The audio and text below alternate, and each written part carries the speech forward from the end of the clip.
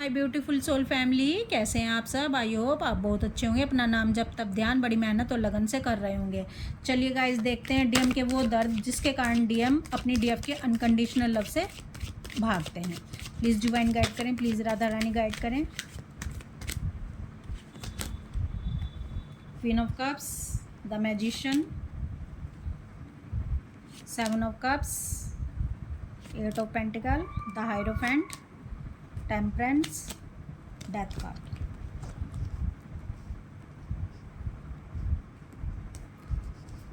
देखिए गाइस,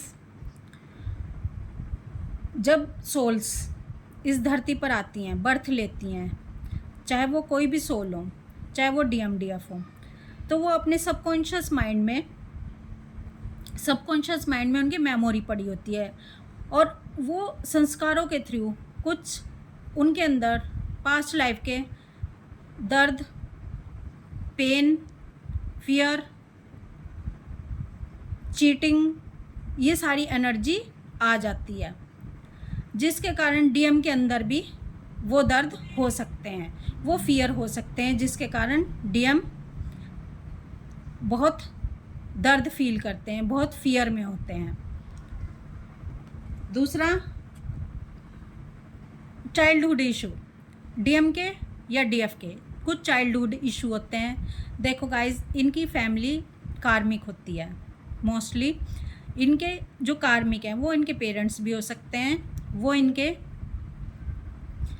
बहन भाई भी हो सकते हैं, वो इनके टीचर्स भी हो सकते हैं, वो इनके फ्रेंड्स भी हो सकते हैं, कोई भी इनकी लाइफ में या इनके कोई रिलेशन में भी हो सकते हैं जो इनके कार्मिक हो सकते हैं। लेकिन जब इनके पेरेंट्स इनके कार्मिक होते हैं तो एक छोटा बच्चा, मासूम बच्चा, बचपन में जिसको बहुत अधिक प्यार दुलार मिलना चाहिए वो नहीं मिलता, जिसके कारण वो मासूम बच्चा फियर में आ जाता है, दर्द में आ जाता है और वो अपने आप को बहुत तन्हा महसूस करता है। ये डीएम के साथ भी होता है, डीएफ के साथ भी होता है। मोस्टली तन्हा महसूस करता है, भीड़ में भी अकेला पाता है और वो उनके लड़ाई झगड़े देखता वो बड़ा होता है, जिसके कारण उसका जिद्दी स्वभाव हो सकता है और उसके अंदर कॉन्फिडेंस ख़त्म हो जाता है, वो तन्हा होता है। जैसे जैसे वो बड़ा होता है, बड़ा होने पर इनकी लाइफ में एक ऐसी फेमिनाइन एनर्जी को भेजा जाता है, इनकी लाइफ में ऐसी फेमिनाइन एनर्जी आती है आपके इनकी लाइफ में आने से पहले, जो इनको चीट करती है, इनको दुख देती है, इनको दर्द देती है, जिसके कारण इनका हार्ट ब्रेक हो जाता है और इनको लगता है कि इस दुनिया में अनकंडीशनल लव नहीं है, यानी सच्चा प्यार कोई नहीं करता, एक दूसरे से सब स्वार्थी प्यार करते हैं और इनका प्यार से विश्वास उठ जाता है, जिसके कारण इनके अंदर दर्द आ जाता है, जिसके कारण ये अपनी डीएफ के सच्चे प्यार से रन करते हैं। और डीएम को इस तरह से डिज़ाइन किया है, कोई भी डीएम हो इस दुनिया में, कि बचपन से ही उसके अंदर रिस्पॉन्सिबिलिटी आ जाती हैं, चाहे पेरेंट्स कहें ना कहें, अपनी फैमिली को लेकर प्रोटेक्ट हो जाता है वो इंसान, वो मैस्कुलाइन एनर्जी। उसको दुनिया का, समाज का बहुत डर होता है कि कहीं इनकी फैमिली पर, इनके घर पर किसी भी तरह का कोई बेइज्जती ना हो जाए, कोई कलंक ना लग जाए इनके ऊपर, किसी भी तरह से इनका रुतबा ख़राब ना हो जाए। जो डीएम होते हैं, डिवाइन मैस्कुलाइन होते हैं, उनको बहुत ही फियर होता है, जिसके कारण वो अपनी डीएफ से रन करते हैं, डीएफ के अनकंडीशनल लव पर विश्वास नहीं कर पाते और उससे भागते हैं। इनको ऐसा लगता है कि अगर मैं अपने डीएफ से कनेक्ट हुआ तो मुझको उसकी रिस्पॉन्सिबिलिटी लेनी होगी, जबकि मेरी खुद की फैमिली में इतनी मेरी रिस्पॉन्सिबिलिटी है, उनके लिए ही मैं अपनी फैमिली की ही रिस्पॉन्सिबिलिटी पूरी नहीं कर पाता, तो मैं अब डीएफ की रिस्पॉन्सिबिलिटी कहाँ से उठा पाऊँगा। ये अपनी पुरानी परंपराओं में घिरे होते हैं, ये अपने जो इनके पुराने पैटर्न होते हैं उन्हीं को नहीं तोड़ पाते। पुरानी परंपराओं पे चलना इनको अच्छा लगता है, इनको बदलाव बिल्कुल भी अच्छा नहीं लगता, ये बदलाव से भागते हैं। जबकि जो डीएफ होती है वो बदलाव से भागती नहीं है, डीएफ फियरलेस होती है। डीएफ को डीएफ फियरलेस होती है, जिसके कारण डीएफ बदलाव पसंद करती है और वो पुराने बिलीव सिस्टम, जो काम नहीं कर रही होती चीज़ें, उनको तोड़ देती है। जो पुराने ढर्रे होते हैं उनको तोड़ती है डीएफ।